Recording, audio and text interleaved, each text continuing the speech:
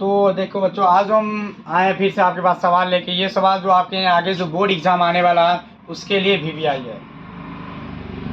तो आज क्लास में हम थोड़ा 5 मिनट समय लेंगे। बच्चे समझाना चाहते हैं आप लोगों को कि आप लोग का एग्ज़ाम आने वाला है। हर साल आप क्या किए उससे कोई मतलब नहीं है। अब जो एग्ज़ाम में 1 महीना कुछ दिन बाकी है उसमें आप ज़ोर शोर से मेहनत करिए।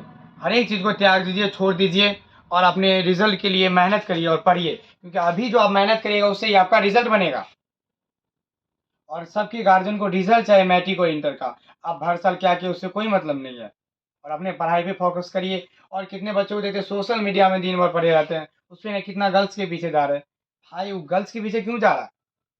गर्ल्स है ना, ऑक्सीजन थोड़ी है कि अगर निकल जाएगी तो आप मर जाएंगे। इसलिए उस पर टाइम बर्बाद नहीं करना है और अपने पढ़ाई लिखाई पे ध्यान देना। आप पढ़िए लिखिए ना, एक से एक आएगा, लाइन में लगा हुआ रहेगा, इसलिए पढ़ाई पे ध्यान देना है। तो चलते हैं हम सवाल की ओर। सवाल दिया x square plus 6x plus 7 में मूलों का योगफल तथा मूलों का गुणनफल ज्ञात करें। तो सबसे पहले हम आपको ये समझाएंगे कि मूलों का योगफल जिसको बोला जाता है अल्फा प्लस बीटा, और मूलों का गुणनफल जिसको बोला जाता है अल्फा इंटू बीटा। तो सबसे पहले हमको फॉर्मूला याद होना चाहिए।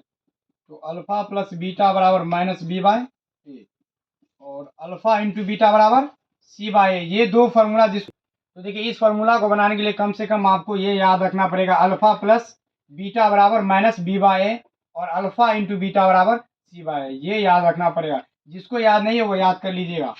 तो चलिए चलते हैं सवाल की ओर। तो देखिए, हमको एक समीकरण दिया हुआ है x square plus 6x plus 7। तो इसमें पहले वाले को बोलते हैं ए, दूसरे वाले मान को बी, तीसरे वाले को सी। तो मान कभी भी क्या होता है, संख्या में होता है, 1 2 3 4 5, इस तरीके से मान निकलता है। तो यहाँ देखिए, ए का मान कितना हो गया, कुछ नहीं है तो एक, बी का मान 6, सी का मान 7। तो चलिए हम निकालते हैं मूलों का योगफल। ये कह रहा है यानी अल्फा प्लस बीटा। तो अल्फा प्लस बीटा बराबर माइनस बी बाय ए। तो यहाँ बी का मान कितना दिया हुआ 6, तो माइनस 6। ए का मान 1, तो माइनस 6/1, जिसको हम लिख सकते हैं माइनस 6। तो यहाँ मेरा अल्फा प्लस बीटा बराबर माइनस बी बाय है, यानी बी की जगह कितना है 6 है, तो माइनस 6। ए का मान 1 है तो 1, तो माइनस 6/1, इसका मान कितना निकल गया माइनस 6। तो अब हम निकालते हैं मूलों का गुणनफल, जिसको क्या बोलते हैं अल्फा इंटू बीटा। तो अल्फा इंटू बीटा बराबर होता है सी बाय ए। तो अब बताइए सी का मान कितना है 7, ए का मान 1, तो 7/1 बराबर 7। तो ये मेरा सवाल हल हो गया। तो इस सवाल को बनाने के लिए बस 2 से 3 चीज आपको याद रखना। तो पहला ये कि आपको फॉर्मूला याद होना चाहिए, और उसके बाद मूलों का योगफल जिसको क्या बोलते हैं अल्फा प्लस बीटा, और मूलों का गुणनफल जिसको क्या बोलते हैं अल्फा इंटू बीटा। तो ठीक है, तो इस तरह से आप लोग इस सवाल को रिवीजन करिए। और इससे पिछले साल मेरा रिजल्ट 420 गया था।